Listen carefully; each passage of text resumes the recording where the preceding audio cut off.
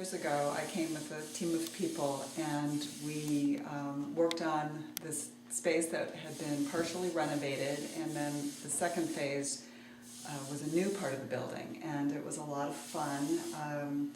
There were several artists. I did this type of mural work, and another artist did the ceilings and the clouds, and so the whole thing was a very dynamic, exciting experience. This was actually my first mural. I had been a botanical illustrator and a graphic designer, so I had never painted on a wall before. And it was great training for me because it was over an extended period of time. I think I worked on it all in all over a period of about 6 months.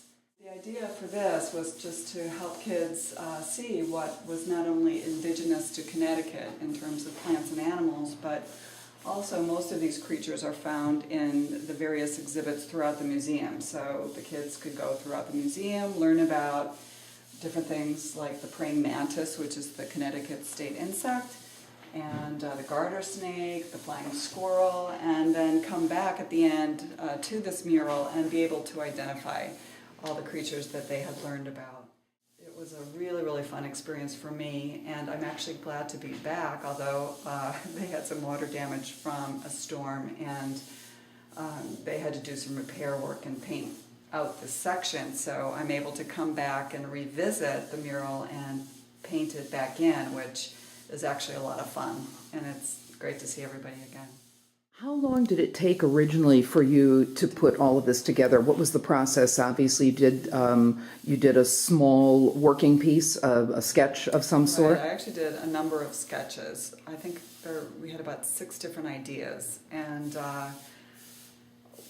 it was, for me as a designer, my first interest was that the overall impact was fun and interesting, and so it had to have kind of a striking look to it, it wasn't just about the details, it was about the overall look. Accurate in terms of one creature's relationship to another, because then it really wouldn't have worked as a design. So the decision was to make everything just various sizes, really based on how they would fit into the space, which, I think worked out better anyway, it makes it a little more fun. For me, as an artist, very concerned about the balance of it, the balance of the colors and the shapes, their curls, and everything it's like putting a quilt together. I had to very carefully figure out how to get the movement right, and then Jeff was a stickler for accuracy in terms of different things like leaf shapes, and he would bring things down from the attic and set them out. I remember the woodcock was a stuffed bird from the attic, and that was really funny. And so, I had all kinds of resources and photographs to look at. And then I continued and did, throughout the museum, I did a lot of other parts of the museum, stenciling, and I did the children's library, and I did a poll so that kids could see what different ivies looked like, including poison ivy, and really did work throughout the entire museum, which, of varying kinds of work. It was really fun because I got to do a little bit of everything. I learned a lot about plants and animals that are indigenous to Connecticut. I really didn't know that, the robin was the state bird, and I actually ended up with a flying squirrel in my bedroom once, so I was glad to be able to immediately identify it as it flew across the room. It was very exciting.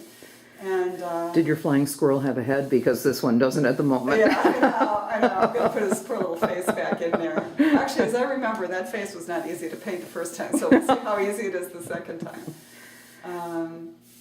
And then the monarch, I believe, is the state butterfly, and that's actually a caterpillar, monarch caterpillar. So everything was, very carefully chosen for a reason. Made me much more aware of my surroundings when I painted, more of the landscape.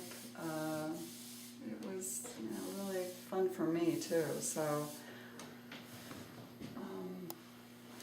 That's great. Well, thanks so much, Kim. It's so nice to have you back again, and it's always fun, to see an artist, the artist that actually created it. It's just so beautiful and makes such a great impression when people first come into the museum. Thank you.